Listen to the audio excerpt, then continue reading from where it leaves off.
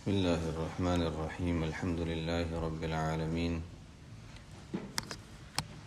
والصلاة والسلام على أشرف الأنبياء والمرسلين سيدنا ونبينا ومولانا محمد وعلى آله وصحبه أجمعين، أما بعد. أعوذ بالله من الشيطان الرجيم. بسم الله الرحمن الرحيم. الله يجتبي إليه من يشاء ويهدي إليه من ينيب. صدق الله العظيم.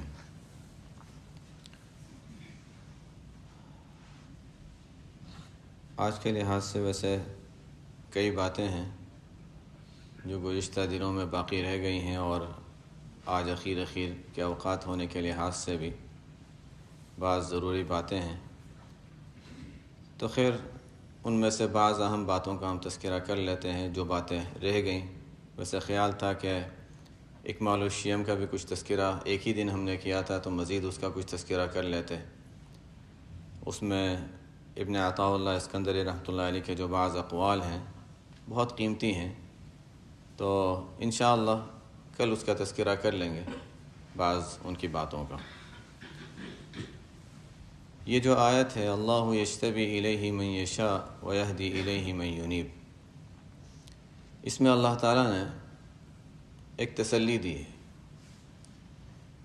کہ اللہ تعالیٰ کی جو رضا حاصل کرنا چاہے، اللہ تعالیٰ کے ساتھ تعلق قائم کرنا چاہے، تو اس میں اللہ تعالیٰ کی مدد شامل حال رہتی ہے. جیسے قرآن کریم میں دوسری جگہ ہے، والذین جاہدوا فینا لنہدینہم سبلنا، کہ وہ لوگ جو ہمارے خاطر، اللہ تعالیٰ کی رضا کی خاطر کوشش کرتے ہیں، محنت کرتے ہیں، تو ان کی محنت ضائع نہیں ہوتی. والذین جاہدوا فینا، جو لوگ کوشش کرتے ہیں تو لنہدینہم سبلنا، ہم ان کو اپنے راستوں میں پہنچا دیتے ہیں. یہ نہیں فرمایا کہ منزل مقصد تک جو مقصود ہے وہاں پہنچا دیتے ہیں، فرمایا لنہدینہم سبلنا، راستوں میں سے کسی راستے پر لگا دیتے ہیں. اس آیت میں بھی ہمیں تسلی دی گئی ہے. اگر دیکھا جائے تو ایک آیت کے دوسرے سے قرآن کریم کا ایک عجیب تعلق اور ربط ہے. تھوڑا سا ہم پیچھے چلے جاتے ہیں. سورہ فاتحہ میں اللہ تعالیٰ نے ہمیں سکھایا کہ دیکھو، اللہ تعالیٰ سے دعا مانگو. کیا دعا مانگنی ہے؟ اللہ ہمیں تو پتہ نہیں. اللہ تعالیٰ فرماتے ہیں مانگو اہدنا الصراط المستقیم، ہدایت مانگو. ہدایت کس کو کہتے ہیں؟ پھر آگے اسی میں اللہ تعالیٰ نے ہمیں سمجھا دیا کہ اہدنا الصراط المستقیم مانگو، کہ سیدھے راستے پر بس دین حق پر چلتے رہو اور صحیح راستے پر چلتے رہو. یا اللہ، صحیح راستہ کون سا ہوگا؟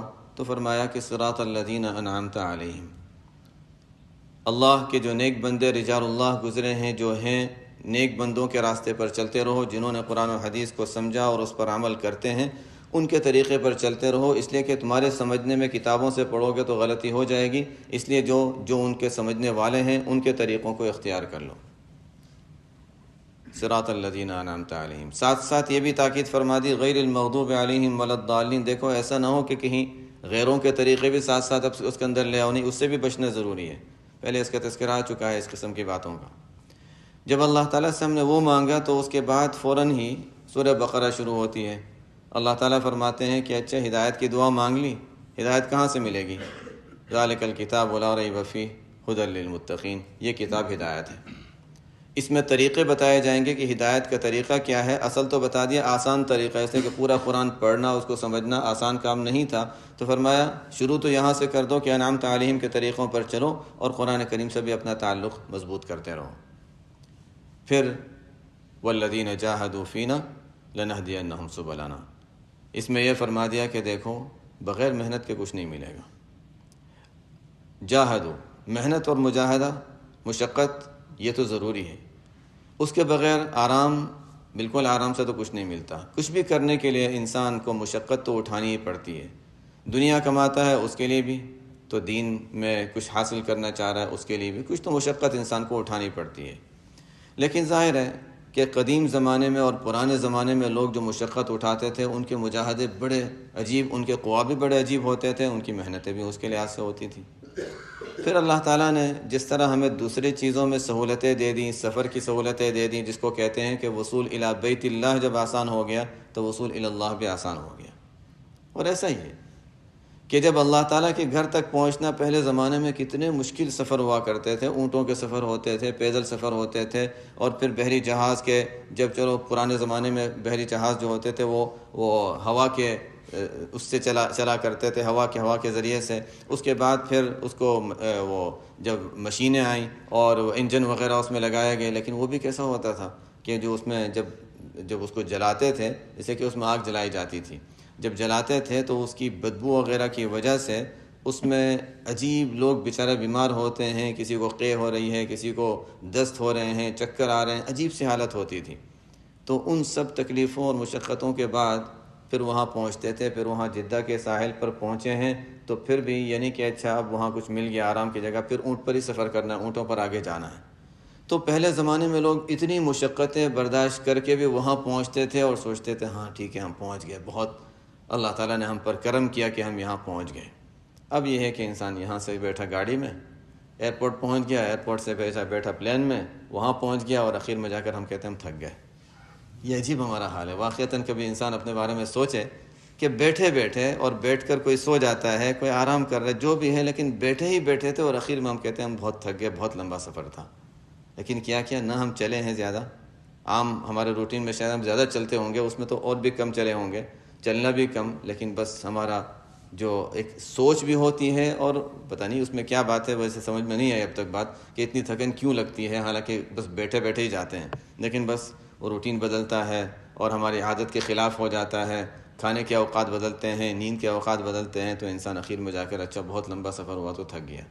بہرحال یہ ہماری کمزوری ہے۔ ہمیشہ مجھے وہ واقعہ بار بار یاد آتا ہے اور تعجب ہوتا ہے کہ حج کا موقع ہے، آپ صلی اللہ علیہ وسلم حج کے لیے تشریف لے جا رہے ہیں، اور کئی بار تذکرہ آیا بھی ہے پہلے کہ حج کے لیے تشریف لے جا رہے ہیں۔ اس زمانے کے سفر کتنے مشقت والے سفر ہوتے تھے، اونٹوں کے سفر ہوتے تھے، کسی کے پاس اونٹ ہے کسی کے پاس نہیں ہے، اور بہرحال اکثر کی کوششیں ہوتی تھی کہ اونٹ ہی کا سفر ہو، تو اونٹ ہوتے تھے، وہی سب سے زیادہ آرام دہ سواری اس زمانے کی۔ تو اب حضرت ابوبکر رضی اللہ تعالیٰ عنہ وہ بھی چل رہے ہیں، ان کی اہلیہ بھی ساتھ چل رہی ہیں، ابھی تو مدینہ منورہ سے نکلے ہی ہیں، بالکل میقات جو مدینہ منورہ کے بالکل قریب ہی ہے وہیں پر، ابھی تو احرام باندھنے کا وقت ہے، احرام بھی نہیں باندھا ہے، مدینہ منورہ قریب ہے، وہیں پر ان کے گھر میں ولادت ہو جاتی ہے۔ حضرت محمد بن ابی بکر الصدیق رضی اللہ تعالیٰ عنہ، ان کا نام محمد رکھا جاتا ہے، وہ پیدا ہوتے ہیں۔ اب ان کی اہلیہ کا سوال یہ نہیں ہوتا کہ اچھا کیا میں واپس مدینہ ہی چلے جاؤں، احرام تو باندھا نہیں ہے تو کیا میں مدینہ ہی چلے جاؤں، میرے لیے حج کرنا مشکل ہے۔ سوال یہ ہے کہ میں احرام کیسے باندھوں، اس لیے کہ اب ظاہر ہے کہ ناپاکی کی حالت ہے، بچہ پیدا ہوا ہے، تو اور واقعتاً انہوں نے اس کے بعد وہ اونٹوں کا پورا سفر جو 1 ہفتے کا سفر تھا، مدینہ منورہ سے مکہ مکرمہ پہنچنے تک 1 ہفتے کا سفر تھا، وہ طے کیا، وہاں حج کیا، حج کر کے واپسی کا پھر سفر۔ اور یہ جو ہمارے یہاں سمجھا جاتا ہے کہ یہ چلے کے ایام ہیں، جس میں عورت کو یعنی چند قدم بھی سیڑھیاں اوپر نیچے بھی منع کیا جاتا ہے اور بہت آرام کرایا جاتا ہے، یہ ان کے اونٹوں کا سفر چل رہا ہے اس زمانے میں۔ بچہ کتنا مضبوط ہوگا، ماں کتنی مضبوط ہوگی۔ بہرحال یہ اس زمانے کے قوا عجیب تھے اور ہمارے زمانے کے قوا مختلف ہیں، تو اللہ تعالیٰ نے ہمارا لحاظ بھی فرمایا۔ جب کمزوری ہے تو کمزوری کے لحاظ سے، ہمارے لحاظ سے محنت اور مجاہدے بھی اس درجے کے نہیں رکھے جو پہلے زمانے میں ہوا کرتے تھے۔ پہلے زمانے کے تو سخت مجاہدات ہوا کرتے تھے، بلکہ اب سے ہم تقریباً 150 سال پیچھے چلے جائیں، 150-200 سال پیچھے چلے جائیں تو اس زمانے تک بھی لوگ بڑے مجاہدے کیا کرتے تھے، لیکن بہرحال اب وہ بات نہیں رہی۔ تو اللہ تعالیٰ نے ہمارے لیے بہت سی آسانیاں کر دیں کہ ٹھیک ہے کچھ چیزیں اپنے لیے مقرر کر لو، اپنی زندگی کو اچھا برائیوں سے نکال دو، جو گناہ ہیں ان سے بچنا تو اختیاری اور آسان سی چیز ہے، وہ کر لو، کچھ اعمال مقرر کر لو، اور پھر اللہ تعالیٰ کے جو اللہ تعالیٰ نے امیدیں دلائی ہیں قرآن کریم میں، جو پہلے زمانے کے مجاہدے کرنے والوں کے لیے بھی تھی اور ہمارے لیے بھی ہیں۔ اللہ یجتبی الیہ من یشاء ویہدی الیہ من ینیب، اللہ تعالیٰ جسے چاہتا ہے اپنی جانب کبھی تو کھینچ لیتا ہے، لیکن عام راستہ کیا ہے کہ اللہ تعالیٰ صحیح راستے پر، ہدایت کے راستے پر لگائے رکھتا ہے اس کو جو اللہ کی طرف رجوع کرنا چاہتا ہے۔ عام طریقہ اللہ تعالیٰ کا عام انسانوں کے ساتھ یہی ہے کہ انسان آہستہ آہستہ چلتا رہے اور آگے بڑھتا رہے، آہستہ آہستہ چلتا رہے اور آگے بڑھتا رہے، یہی طریقہ ہے۔ انبیاء علیہم الصلاۃ والسلام کے ساتھ یہی اختیار کیا گیا، اور باقی عام طور پر اولیاء کے ساتھ یہی طریقہ اختیار کیا گیا، اور عام انسانوں کے ساتھ یہی طریقہ ہے، اور یہی سب سے زیادہ آسان یعنی یہ سمجھا جائے کہ اس میں یعنی تسلی سے انسان آگے بڑھ سکتا ہے، جو ہم لوگوں کی کمزوری کے لحاظ سے بھی یہ ہے، اور عام طریقہ بھی اللہ تعالیٰ کا یہی رہا ہے۔ اب ہر ایک کی اس میں محنت اور مشقت اپنی جگہ اپنے اپنے لحاظ سے ہوگی، لیکن بعضوں کے ساتھ اللہ کا معاملہ کچھ ایسا رہا کہ یجتبی الیہ من یشاء، اور لیکن اس میں پھر بہت سخت مجاہدہ ایک ساتھ کرنا پڑتا ہے۔ ہمارے مشائخ میں اگر ہم اس کے حالات دیکھیں، ہمارا سلسلہ جو ہے مشائخ کا یہ اوپر چلتا ہے، حضرات شیخین وہ حضرت علی رضی اللہ تعالیٰ عنہ سے بھی اور ابو بکر رضی اللہ تعالیٰ عنہ سے بھی یہ سلسلہ جو آگے چلتا ہے، حضرت حسن بصری رحمۃ اللہ علیہ اور ان سے تعلق رکھنے والے حضرت خواجہ عبد الواحد، ان سے تعلق رکھنے والے پھر کون تھے؟ فضیل ابن عیاض رحمۃ اللہ علیہ، اور ان سے تعلق رکھنے والے پھر وہ ابراہیم بن ادہم رحمۃ اللہ علیہ۔ اب یہ ہم اس اخیر کے ان حضرات کو دیکھ لیں، اس کے علاوہ جو واقعات ہیں وہ تو بڑے عجیب ہیں۔ ابراہیم بن ادہم رحمۃ اللہ علیہ، یہاں سے ہم اگر اوپر چلیں، ابراہیم بن ادہم رحمۃ اللہ علیہ نام بہت مشہور ہے، واقعات بھی لوگوں نے سنے ہوں گے، بڑے عجیب عجیب ان کے واقعات ہیں۔ یہ کیا تھے؟ بلخ کا حاکم تھا، وہاں کے بادشاہ تھے، انہوں نے ان کو اپنا متبنہ بیٹا بنا لیا کہ میرے بیٹے کی طرح میں اس کو رکھتا ہوں، اور جب وہ بادشاہ کا انتقال ہونے لگا اس کو جانشین بھی بنا دیا ان کو، ابراہیم بن ادہم رحمۃ اللہ علیہ کو، اور یہ وہاں پر بادشاہت پہ بیٹھ گئے۔ حکومت تھی، محل تھا، اور ہر طرح کی سہولتیں تھیں۔ اللہ تعالیٰ کا کرنا تھا کہ بس ان کے دل میں نیکی کا جذبہ بہرحال تھا، کوئی طلب تھی۔ ایسا ہی ہوتا ہے کہ کوئی چنگاری ہوتی ہے تو وہ بھڑکتی ہے کبھی اچانک، تو دل میں طلب تھی اور دعا کرتے رہتے تھے اللہ تعالیٰ سے کہ یا اللہ تیرا قرب چاہتا ہوں، میں تیری رضا چاہتا ہوں، تیرا قرب چاہتا ہوں۔ ایک مرتبہ مختلف 2-3 قسم کے واقعات ان کے بارے میں ملتے ہیں کہ ان کی حالت پلٹنے کے کیا واقعہ پیش آیا۔ ایک واقعہ جو مشہور ہے وہ یہ ہے کہ ایک مرتبہ وہ اپنے مکان میں لیٹے ہوئے تھے، اوپر چھت پر محل میں تھے، اور اوپر چھت پہ کسی کے چلنے کی آواز آئی۔ وہ کون تھا، کیا تھا؟ بہرحال دیکھو کون ہے، کسی سے کہا کہ جا کر دیکھو کون ہے، اوپر کوئی چل رہا ہے۔ کوئی شخص تھا، بلا کر لے آئے۔ یہاں کیا بات ہے، کوئی خاص کام؟ میرا اونٹ گم ہو گیا، میں اونٹ تلاش کرنے آیا ہوں۔ انہوں نے کہا کہ اونٹ تلاش کرنا ہے تو باہر میدان میں کہیں ہوگا، میرے گھر کے چاہے محل کے بادشاہ کے محل ہے اور وہاں چھت پہ اونٹ کہاں سے آئے گا؟ کہا اچھا یہاں اونٹ نہیں آ سکتا، یہاں کہاں اونٹ آئے گا؟ تو پھر یہاں کہاں آپ کو اللہ ملے گا؟ یہ اصل میں تنبیہ تھی کہ آپ مجھے یہ کہتے ہیں کہ یہاں محل بادشاہ کے محل کے یہاں چھت کے اوپر اونٹ نہیں آ سکتا، تو بادشاہ کے محل میں آپ خدا کو تلاش کر رہے ہیں، اللہ کے قرب کی دعا مانگ رہے ہیں، کیسے ہاتھ اٹھاتے ہیں؟ تو قرب کی دعا جو دعا مانگ رہے ہیں، تلاش کرنا ہے تو جنگلوں میں جاؤ۔ بہرحال بات سمجھ میں آ گئی، اور وہ واقعتاً من جانب اللہ ہی تھا کہ اللہ تعالیٰ یجتبی الیہ من یشاء۔ بس وہاں سے کیا حالت بدلی، سب کچھ چھوڑا اور اچانک سے نکل گئے، اپنا لباس بدلا اور جنگل میں چلے گئے۔ لوگ تلاش میں نکلے کہ اچھا ظاہر ہے لوگوں کو ان سے جو تعلق تھا کہ ہمارے حاکم نے کہا کہ آپ کو جو چاہیے آپ وہاں ہمارے درمیان رہیں، ہم آپ کے بغیر نہیں رہ سکتے، ہمیں آپ کے ساتھ ہی رہنا، آپ کو جو چاہیے وہاں ملے گا، لیکن آپ ہمارے درمیان رہ جائیں بس۔ انہوں نے کہا نہیں، مجھے تو اب وہ بادشاہت والی جگہ چاہیے ہی نہیں، مجھے تو بس اپنی تنہائی چاہیے اور اپنا الگ تھلگ رہنا ہے۔ لوگوں نے سمجھایا، انہوں نے کہا نہیں۔ عجیب عجیب واقعات ہیں، خیر اس زمانے کے واقعات بھی ایسے عجیب ہیں کہ جیسے چند دن پہلے تذکرہ آیا تھا کہ ہم کبھی کبھی اس طرح کے واقعات بعض لوگ سمجھتے ہیں کہ نہیں یہ شاید صرف کہانیاں ہیں، یہ حقیقت اس کی کوئی نہیں۔ وہ اس زمانے میں ایسے واقعات عجیب عجیب پیش آتے بھی تھے اور لوگ اس کے متحمل بھی تھے کہ اس کو برداشت کر لیتے تھے۔ تو خیر عجیب عجیب ان کے واقعات ہیں۔ یہ ان کے ایک اور واقعہ بھی ان کا بیان کیا جاتا ہے کہ یہ محل میں تھے، ایک بادشاہ ہیں، محل میں ہیں، آس پاس میں پہرا ہے کہ اچانک سے ایک شخص آ جاتا ہے۔ کیسے آیا؟ چونکہ من جانب اللہ بھیجا ہوا تھا۔ ایک شخص آ گیا اور آ کر جب اس نے دیکھا کہ اچھا یہاں پر یہ بیٹھے ہوئے ہیں، تو ابراہیم بن ادہم رحمۃ اللہ علیہ نے دیکھا کہ یہ کوئی شخص اچانک سے آ گیا۔ پوچھا تم یہاں کیسے؟ کہا کہ بس وہ یعنی اسی طرح کی بات جیسے وہ اونٹ تلاش کرنے والی۔ تو بہرحال اب وہ کوئی شخص سامنے آ گیا یا اوپر اونٹ تلاش کر رہا تھا، لیکن اللہ تعالیٰ کی طرف سے بہرحال وقت آ گیا تھا ان کے اس طرف جذب کا، تو وہاں سے وہ چلے اور بادشاہت کے محل وغیرہ کو چھوڑا، جنگلوں میں کچھ وقت گزارا، اور آہستہ گزارتے گزارتے پھر آگے وہ پہنچ گئے۔ ان کو اصل تو تلاش تھی کہ کسی اللہ والے کے پاس چلے جائیں، کسی بزرگ سے ملاقات ہو جائے کہ کوئی مجھے میری رہنمائی کر دے۔ بہرحال تلاش میں نکلے، اور تلاش میں نکلتے نکلتے اللہ تعالیٰ نے ان کی ملاقات کرا دی فضیل ابن عیاض رحمۃ اللہ علیہ سے۔ فضیل ابن عیاض رحمۃ اللہ علیہ اب ان کے شیخ ہیں۔ یہ سلسلہ کے مشائخ کا کچھ ذکر ہے کہ فضیل ابن عیاض رحمۃ اللہ علیہ ان کے شیخ یہ کون تھے؟ یہ خود بھی ایسی اللہ تعالیٰ نے ان کو بھی ایسے ہی کچھ اچانک سے ان کا واقعہ پیش آیا تھا۔ مشہور ڈاکو تھے یہ، اور صرف ڈاکو نہیں بلکہ ڈاکوؤں کے سردار تھے یہ۔ جیسے ابراہیم بن ادہم رحمۃ اللہ علیہ ایک بادشاہت میں ایک اونچے مقام پر تھے، اس کو چھوڑا، اسی وجہ سے ان کو اللہ تعالیٰ نے انعامات بھی عجیب عجیب دیے تھے۔ کسی صاحب کوئی بزرگ تھے جن کے ساتھ اللہ تعالیٰ کے خصوصی معاملات تھے، تو واقعات کی تفصیلات میں نہیں جاتا، تو انہوں نے اللہ تعالیٰ سے کہا کہ یا اللہ، آپ نے، میں بھی محنت اور مجاہدہ کر رہا ہوں، یہ بھی محنت مجاہدہ کر رہے ہیں، آپ نے ان کو یہ دیا اور مجھے کم دیا۔ اللہ والوں کی بات اللہ تعالیٰ کے ساتھ اس طرح کی ہوتی ہے۔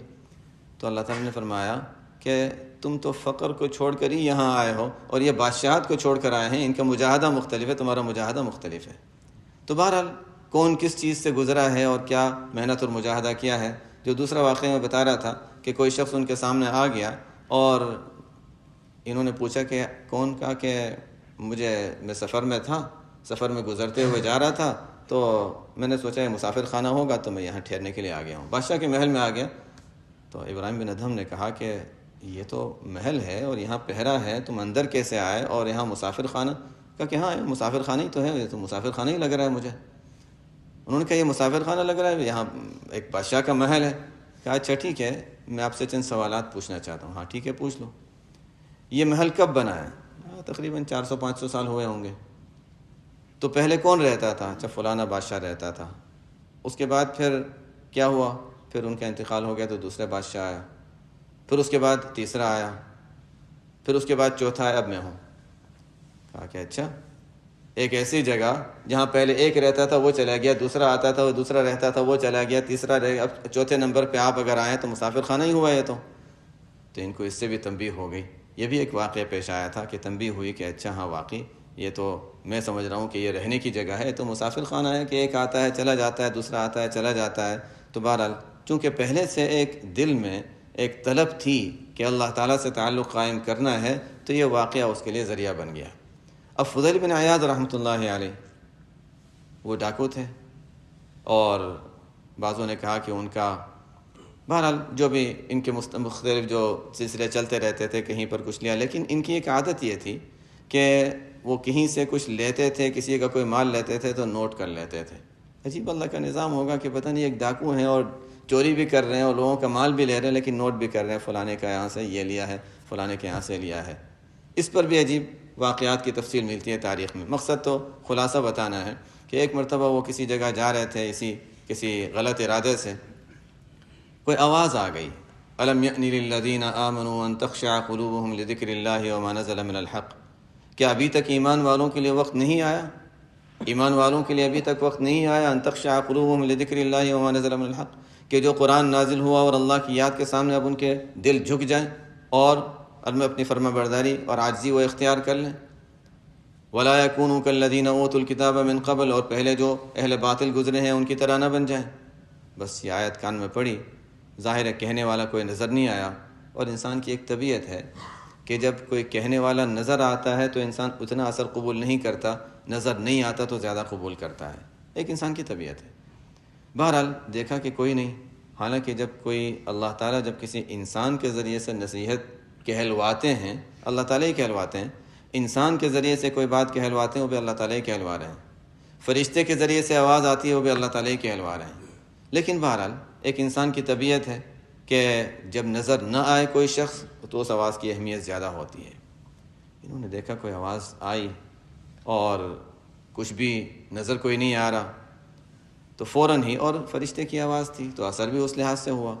بہرحال انہوں نے فوراً ہی اپنی ان کی حالت پلٹ گئی اور اللہ تعالیٰ سے پھر کے سامنے توبہ کی کہ بلا قد آنا وحانا، ہاں وقت آ گیا یا اللہ، اب میں تیار ہوں۔ اور پھر اپنے ذمے یہ نظر مان لی کہ یا اللہ اب میری توبہ اور کفارہ یہ ہے، میری توبہ اور اس کا کفارہ یہ ہے کہ اب آئندہ اب میں جب تک زندہ رہوں گا میں حرمین میں حاضر رہوں گا، وہیں پر رہوں گا، اب ان علاقوں میں اس کے علاوہ باہر نہیں جاؤں گا کہیں بھی۔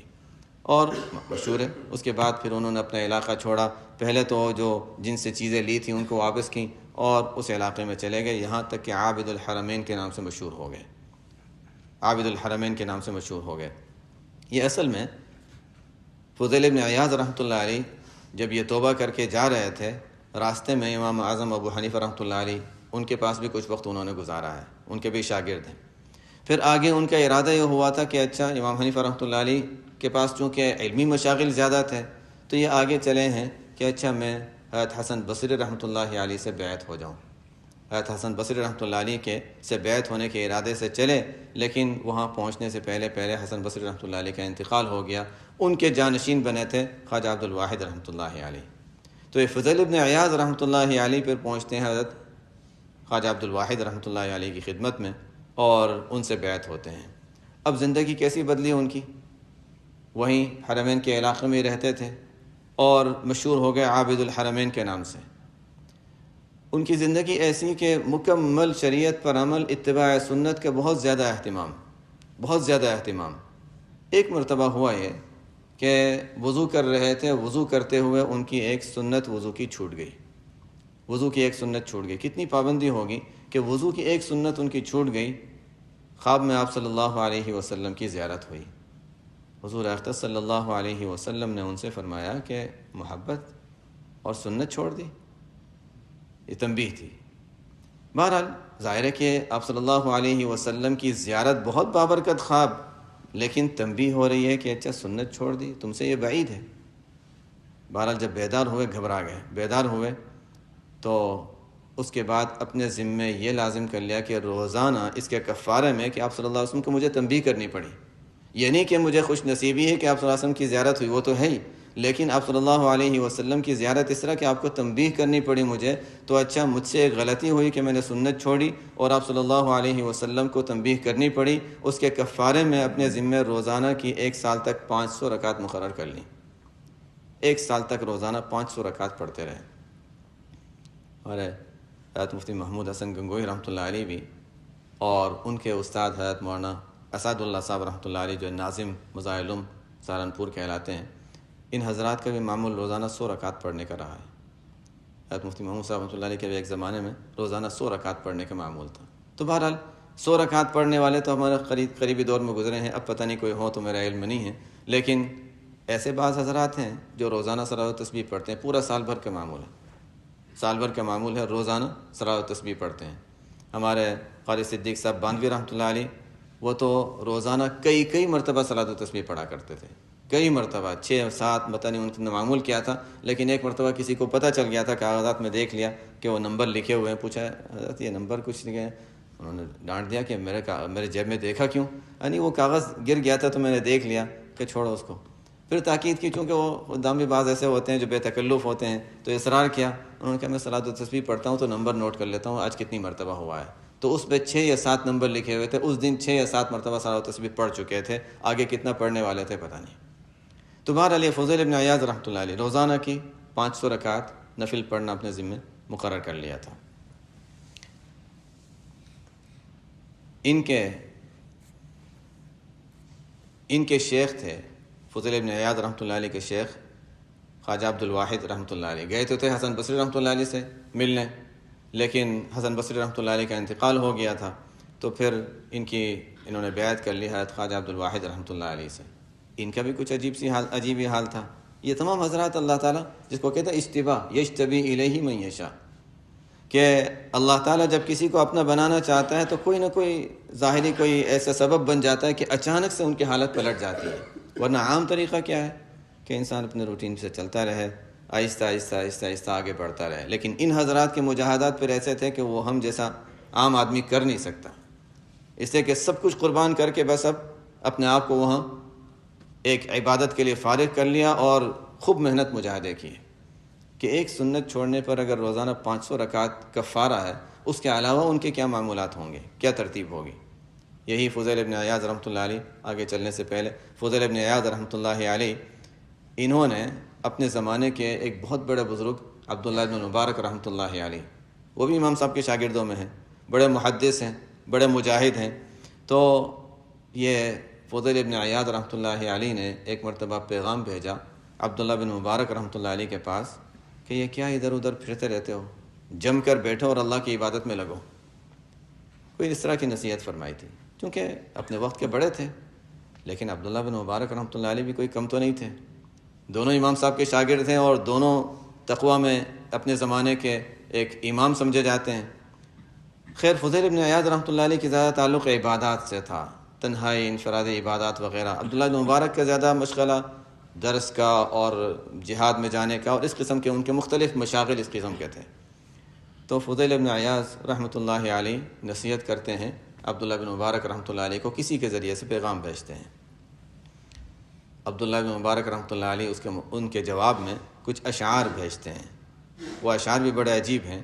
وہ اشعار بھیجتے ہیں اور وہ اشعار جب ان کے پاس پہنچتے ہیں وہ کیا تھے؟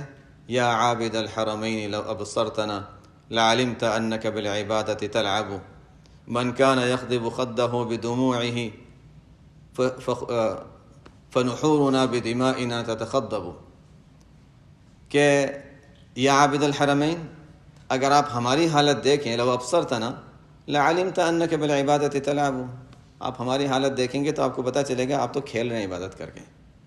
ہم جو کام کر رہے ہیں یہ ان حضرات بڑوں کی بات آپس کی ہے، یہ کوئی عجب والی بات نہیں ہے، یہ آپس کی ان بڑوں کی باتیں ہیں.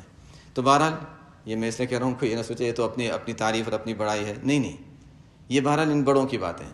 تو فرماتے ہیں کہ لعلمت انک بالعبادۃ تلعب، کہ آپ عبادت کر کے آپ تو کھیل رہے ہیں، وہ تو مزے کی چیز ہے. مجھے بھی اگر کوئی تنہائی میں بیٹھا دے تو مزہ آ جائے کہ اچھا میں عبادت کرتا رہوں، لیکن وہ فرماتے نہیں، یہ مشکل کام ہے.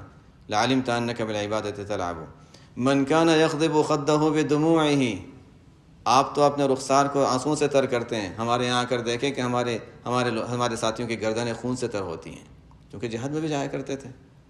یہ بہرحال پوری وہ اشعار تھے.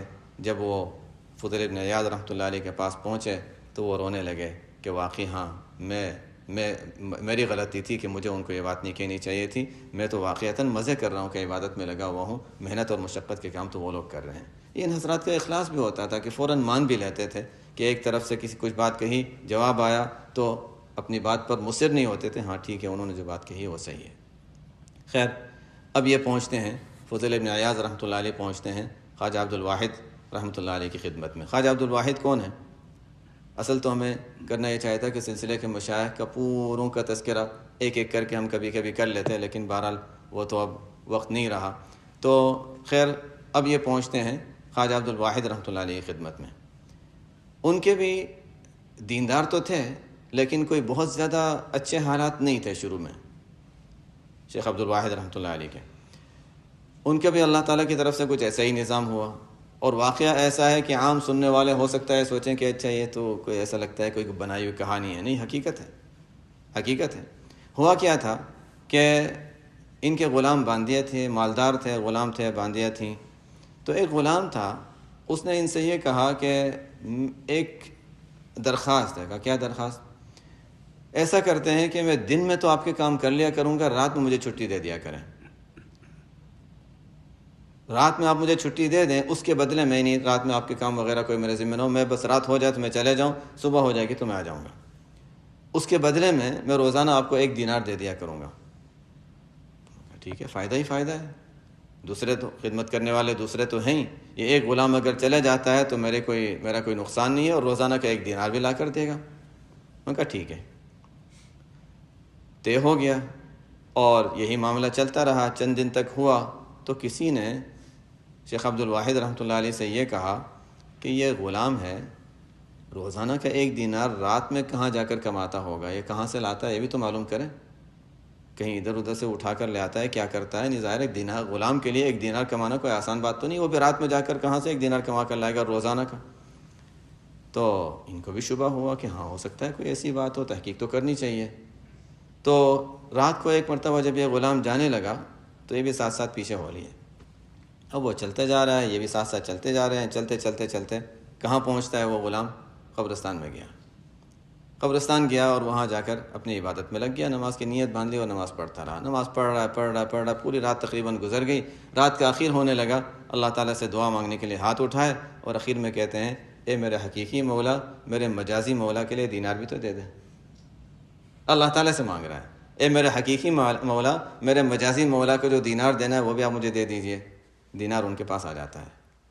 یہ دیکھ رہے ہیں شیخ عبد الواحد، اللہ تعالیٰ کو جب کسی کی حالت بدلنی ہوتی ہے تو یہ حالات بھی دکھا دیتے ہیں۔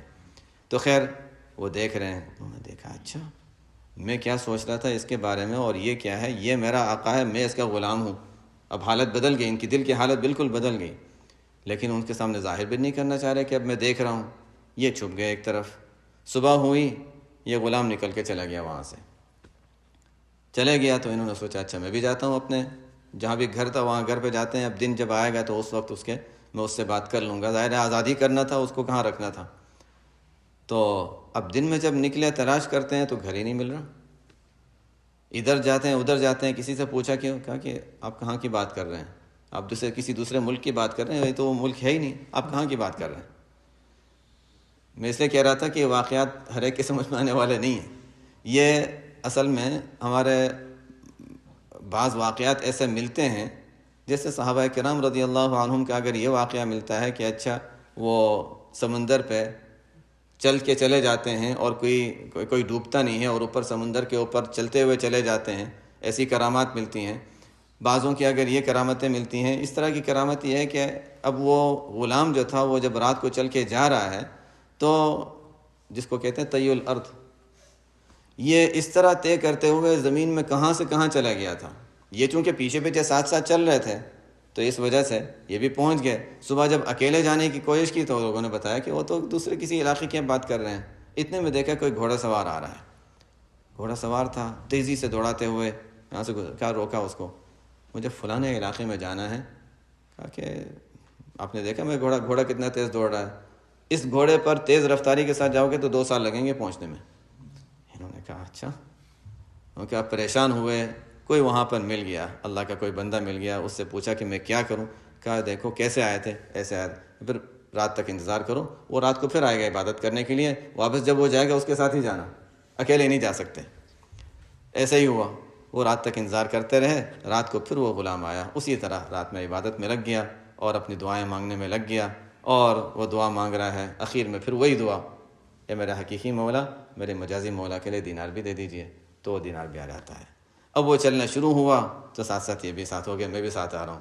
اچھا آپ یہاں پہ سمجھ گیا کہ اچھا انہوں نے میری حالت دیکھ لی ہے۔ خیر جو بھی اس کے بعد واقعہ پیش آیا تو انہوں نے تو اس کو ظاہر ہے کہ وہ غلام نے کہا اچھا اس کا مطلب ہے کہ آپ طے کر چکے ہیں، اب مجھے آزاد کرنے والے ہیں۔ کہا ظاہر ہے کہ اب میں آپ کا غلام ہوں، آپ میرے غلام نہیں ہیں۔ بہرحال یہاں سے ان کی حالت بدل گئی۔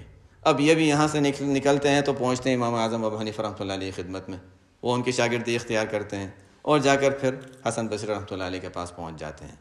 یہ اللہ تعالیٰ کے معاملات ہیں، یہ جس کو اللہ تعالیٰ چاہے منتخب کر لے، اللہ یجتبی الیہ من یشاء ویہدی الیہ من ینیب، جسے چاہے اللہ تعالیٰ اپنا بنانا چاہتا ہے بنا لیتا ہے، لیکن ہم لوگوں کے لیے یہ ہے مایوس نہیں ہونا ہے، چلتے رہنا ہے راستے پر۔ والذین جاہدوا فینا لنہدینہم سبلنا، اس لیے کہ عام یہ تو ان بعض کا تذکرہ میں نے کیا، اب ان کے اوپر اگر جاتے ہیں حسن بصری رحمۃ اللہ علیہ، حسن بصری رحمۃ اللہ علیہ شروع ہی سے اللہ تعالیٰ نے ان میں صلاح اور تقوی اور نیکی عجیب کمالات رکھے تھے، یعنی خصوصیات میں اگر دینی خصوصیات دیکھیں تب بھی، اور ظاہری خصوصیات چہرے کی وجاہت کے لحاظ سے ان کے اگر ہم دیکھیں ان کے حالات، ان کے کلام کو دیکھیں، اس زمانے میں حجاج بن یوسف بہت بڑا فصیح سمجھا جاتا تھا، لیکن حسن بصری رحمۃ اللہ علیہ مقابل میں، تو اس زمانے کے 2 بڑے فصیح افصح العرب جو سمجھے جاتے تھے، یہ حسن بصری رحمۃ اللہ علیہ اور حجاج بن یوسف بڑا فصیح تھا، لیکن حسن بصری رحمۃ اللہ علیہ کے کلام میں چونکہ وہ تعلق مع اللہ کی قوت تھی تو بڑا مؤثر کلام ہوتا تھا، فصاحت و بلاغت کے ساتھ کلام میں بڑی تاثیر بھی ہوتی تھی۔ یہ کون تھے؟ شروع ہی سے ان میں تقوی، طہارت، پرہیزگاری۔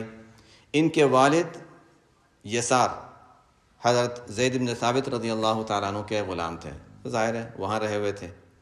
ان کی والدہ ام سلمہ رضی اللہ تعالیٰ عنہ کی باندی تھیں، تو وہاں رہی ہوئی تھی ام المؤمنین کے گھر میں۔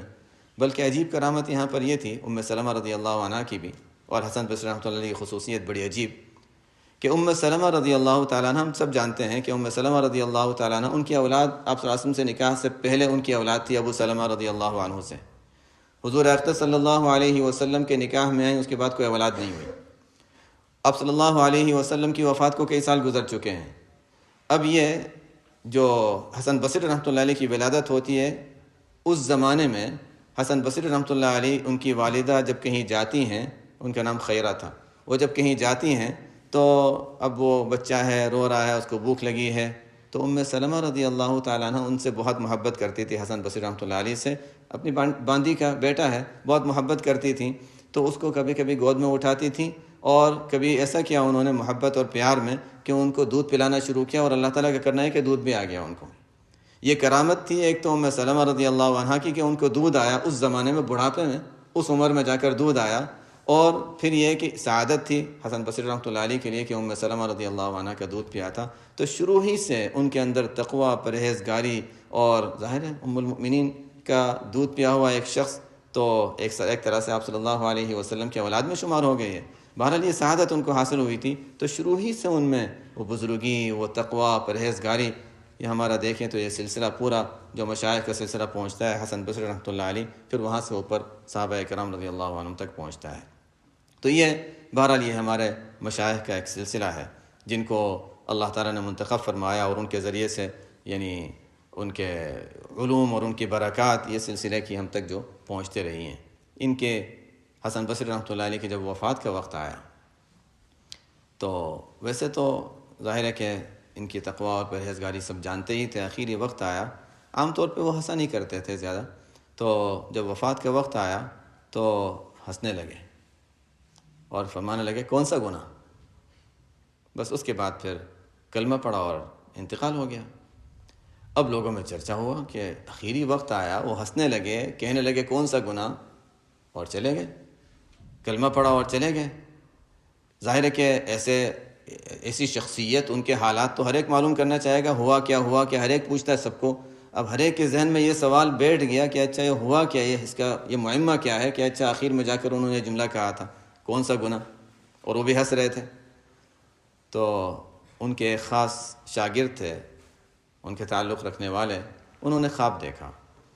خواب میں زیارت ہوئی تو حضرت حسن بصری رحمۃ اللہ علیہ سے پوچھا کہ ایک عجیب بات وہ ہمیں بتا دیجئے کہ کیا ہوا تھا آخری وقت، وہ کیا پیش آیا تھا معاملہ کہ آپ ہنسنے لگے، اور ہنستے ہوئے پھر آپ نے یہ فرمایا تھا کہ کون سا گناہ. تو انہوں نے فرمایا کہ اس وقت جب ملک الموت میرے پاس آئے تھے تو کسی نے ان کو، چونکہ میرے ساتھ وہ بہت اچھے معاملے سے پیش آ رہے تھے، تو کسی نے کہا، وہ شیطانی ہوگا یا جو بھی کھڑا ہوگا، کسی نے کہا کہ پہلے ان کے گناہوں کو بھی تو دیکھ لو، اس کا بھی تو حساب دیکھ لو کہ اچھا ان کے گناہ کے ذمہ کیا باقی رہ گئے ہیں. تو میں اس کو ہنس کے کہہ رہا تھا کون سا گناہ. اس کا مطلب یہ ہوا کہ ان کو اتنا اعتماد تھا کہ کوئی گناہ میری زندگی میں ہے ہی نہیں، تم کون سے گناہ کی بات کر رہے ہو. کیسی زندگی گزاری ہوگی، شروع ہی سے، بچپن ہی سے تقوی اور پرہیزگاری والی زندگی، کہ موت کے وقت ایک شخص یہ اتنا کھل کر یہ کہہ سکے کہ تم کون سے گناہ کی بات کر رہے ہو، میرے ذمہ کوئی گناہ ہوا ہی نہیں ہے. یہ اللہ تعالیٰ کا عجیب معاملہ ہے.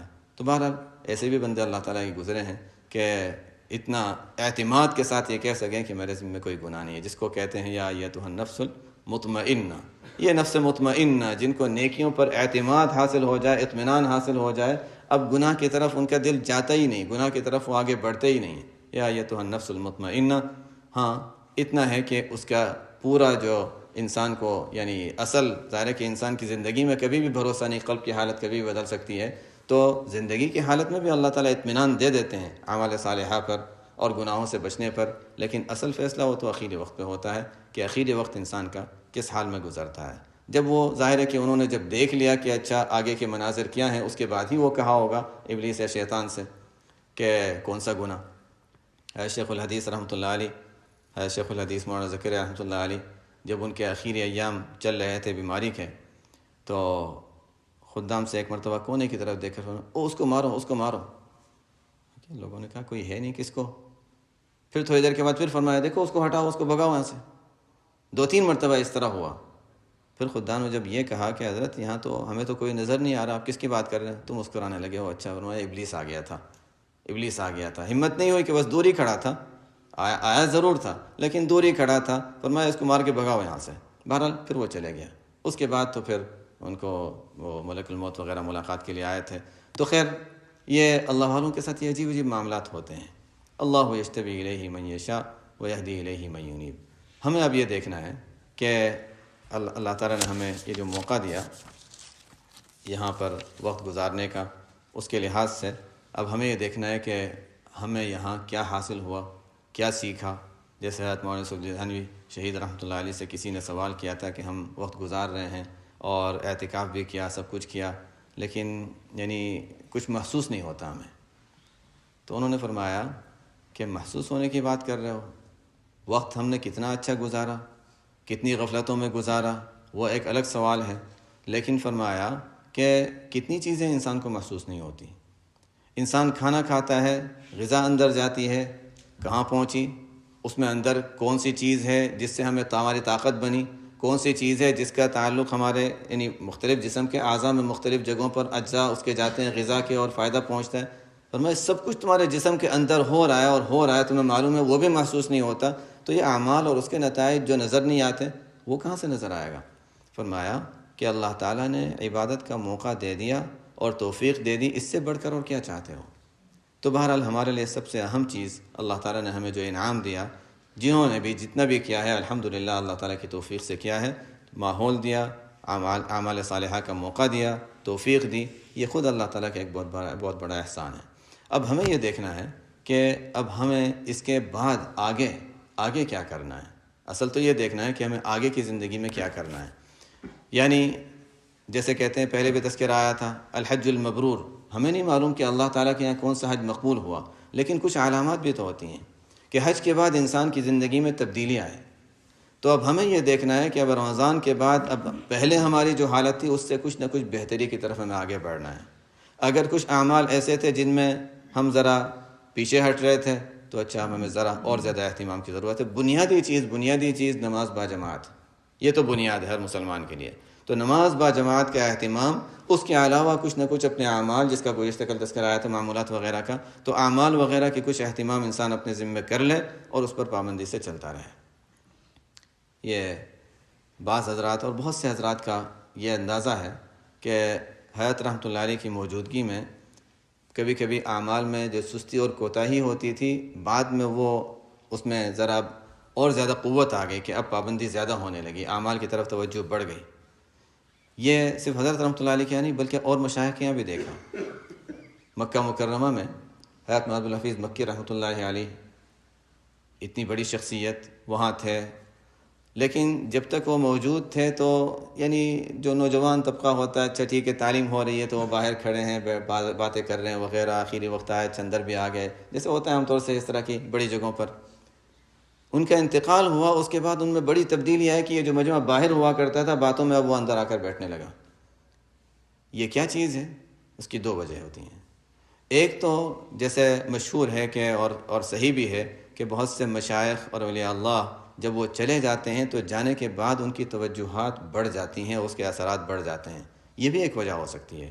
اور دوسری وجہ یہ بھی ہے جس کو قرآن کریم میں بھی اشارتاً ہمیں معلوم ہوتا ہے کہ انسان کبھی کوئی اہم حادثہ اور واقعہ پیش آتا ہے تو اس کی وجہ سے انسان کو ایک عبرت حاصل ہوتی ہے، جھٹکا لگتا ہے اور پھر نیکی کی طرف آگے بڑھنے لگتا ہے۔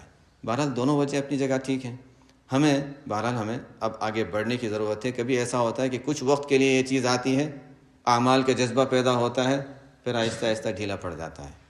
ہمارے حضرت مفتی محمود حسن گنگوئی رحمۃ اللہ علیہ جب ان سے کوئی کہا کرتا تھا کہ توجہ جو مشائخ ڈالا کرتے ہیں تو آپ کے یہاں اس کا کچھ توجہ کا ہو اور یا ہے کہ توجہ سے ہمیں کچھ فائدہ ہو جائے، تو میں توجہ کیا چیز ہے؟ فرماتے تھے کہ دیکھو، ایک اس کو مثال دیا کرتے تھے، کوئی اونٹ ہے، کوئی سواری ہے، کوئی گدھا ہے، چل نہیں رہا ہے، اس کو نہیں چل رہا ہے تو اس کو دھکے دیتے ہیں کہ اچھا آگے دھکا دے کر اس کو چلا رہے ہیں۔ کہتے ہیں توجہ کی مثال ایسی ہی ہے، اگر اس کو نہیں چلنا تو دھکا دینے کے بعد تھوڑا سا آگے بڑھے گا پھر رک جائے گا، اس کا کوئی فائدہ نہیں ہے۔ فرمایا توجہ کی مثال ایسی ہی ہوتی ہے جو دھکا لگا دیا، لیکن اگر کوئی آگے چلنا چاہے تو اچھا ٹھیک ہے، تھوڑا سا پش مل جاتا ہے، دھکا لگ جاتا ہے، لیکن چلنا تو خود ہی ہوگا، اپنی محنت سے آگے کرنا پڑے گا، یہ نہیں کہ مستقل انسان اسی کے اوپر چلتا رہے۔ تو بہرحال کرنا تو اپنا ہے، لنہدینہم سبلنا کہ مجاہدہ ہوگا، محنت اور مشقت ہوگی تو اللہ تعالیٰ راستوں تک پہنچائیں گے۔ محنت اور مشقت وہ تو ضرور، محنت اور مجاہدہ ضروری ہے۔